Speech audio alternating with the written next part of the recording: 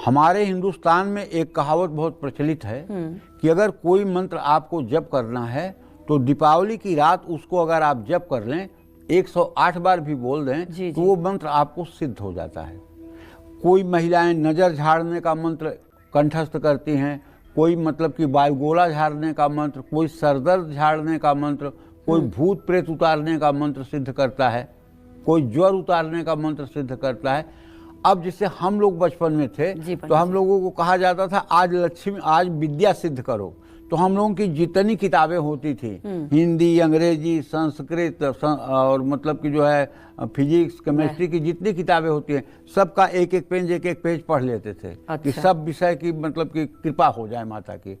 तो ऐसे में दीपावली की रात ही होती है मंत्र सिद्धि के लिए। रात को अगर इस मंत्र का 16 मंत्रों का 16 बार पाठ कर लिया जाए और महालक्ष्मी के श्रीयंत्र या महालक्ष्मी के चित्र के सामने दीप प्रज्वलित करके, तो आप विश्वास करो ये मंत्र सिद्ध हो जाएगा। उसके बाद जब भी आप इसका प्रयोग, जैसे आपको हमने गन का लाइसेंस दे दिया, ठीक है ना, अब वो गन जब आप चाहो तब चला सकते हो। जी पंडित जी।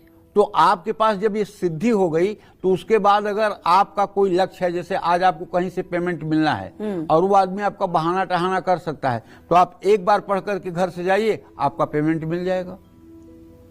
आपका लोन नहीं हो रहा है, कोई दिक्कत आ रही है, आप इस मंत्र को 3 बार पढ़िए, आपका कार्य हो जाएगा, क्योंकि अब मंत्र आपका सिद्ध हो गया। और ये सिद्धि केवल 3 समय में होती है, या तो दिवाली की रात में होती है और या तो सूर्य ग्रहण और चंद्र ग्रहण के समय होती है।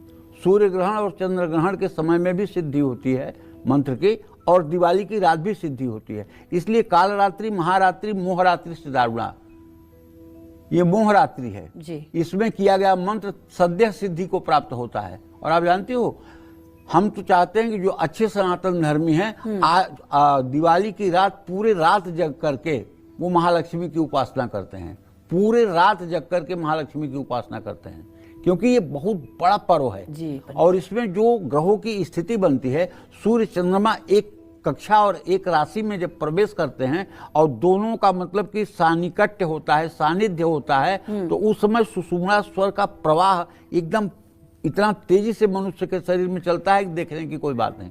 तो उस सुषुम्ना में जो भी पढ़ लिया जाता है वो वरदान बन जाता है। तो इसलिए रोज नहीं भी कर सकते हैं, तो दीपावली की रात अगर कर लें तो आपको एक तरह से सर्टिफिकेट मिल गया है कि आप महालक्ष्मी की सेवा में उपस्थित हैं जी। ओम तामहयावह जातवेदो लक्ष्मी मनपगामिनीम यस्या हिरण्यम प्रभूतम गावो दासो स्वान्विंदेहम पुरुषानहम। हे अग्निदेव, तुम मेरे यहाँ उन विश्वविख्यात जगत जननी जगदम्बा माँ महालक्ष्मी को, जो मुझे छोड़कर अन्यत्र न जाने वाली हूं, बुलाओ। जिन लक्ष्मी के द्वारा मैं स्वर्ण, उत्तम ऐश्वर्य, गौ घोड़े, पुत्र पौत्रादि को प्राप्त करूं, उन महालक्ष्मी का आवाहन मेरे लिए करिए। श्री सूक्त का पाठ करने से सुख, समृद्धि, ऐश्वर्य के साथ साथ संपत्ति की भी प्राप्ति होती है, इसमें संशय नहीं करना चाहिए। ये अंतिम मंत्र है 16वां। यह शुचि प्रयतो भूत्वा जुह्यादाज्य मनवहम श्रियम पंचदशर्चम च श्री कामम सततम जपेत। जो मनुष्य लक्ष्मी की कामना करता है उसे हर दिन पवित्र और संयमशील होकर के अग्नि में गाय के घी, आज्य गाय के घी की आहुतियां देनी चाहिए।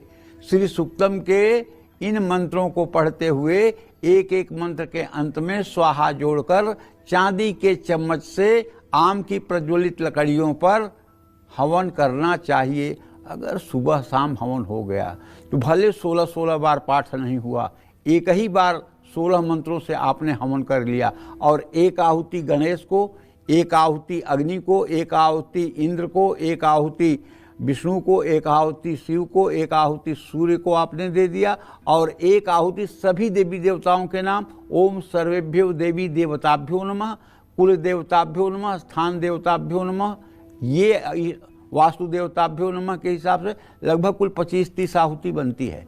अगर रोज सुबह शाम किसी ने हवन का, भाई अग्निहोत्र का अनुष्ठान कर लिया, तो आप समझ लीजिए कि वो बहुत पुण्यात्मा व्यक्ति है, जो इस कलिकाल में भी हवन कर रहा है। इस कलिकाल में भी नित्य प्रातः सायं हवन करने वाला व्यक्ति कुछ दुर्लभ होगा। ऐसे व्यक्ति से यदि आपके संबंध हो जाएं, ऐसे व्यक्ति से यदि आपका वार्ता हो जाए, तो आप विश्वास करिए आपके अंदर सकारात्मक भाव आ जाएगा। ये संत हैं, ये कलयुग के चलते फिरते तीर्थ हैं, जो नित्य सुबह शाम गायत्री मंत्र से या श्री सूक्त से या रुद्र सूक्त से या पुरुष सूक्त से हवन करते हैं। ये साक्षात चलते फिरते तीर्थ हैं। इन्हें मनुष्य मत समझो, ये चलते फिरते तीर्थ हैं। यही लोग हैं जो तीर्थी कुर्वन्ति तीर्थानी, जो तीर्थों को भी तीर्थ बनाते हैं, ये वही लोग हैं। तो ऐसी साधना जिनकी होगी वो प्रणाम के योग्य होंगे।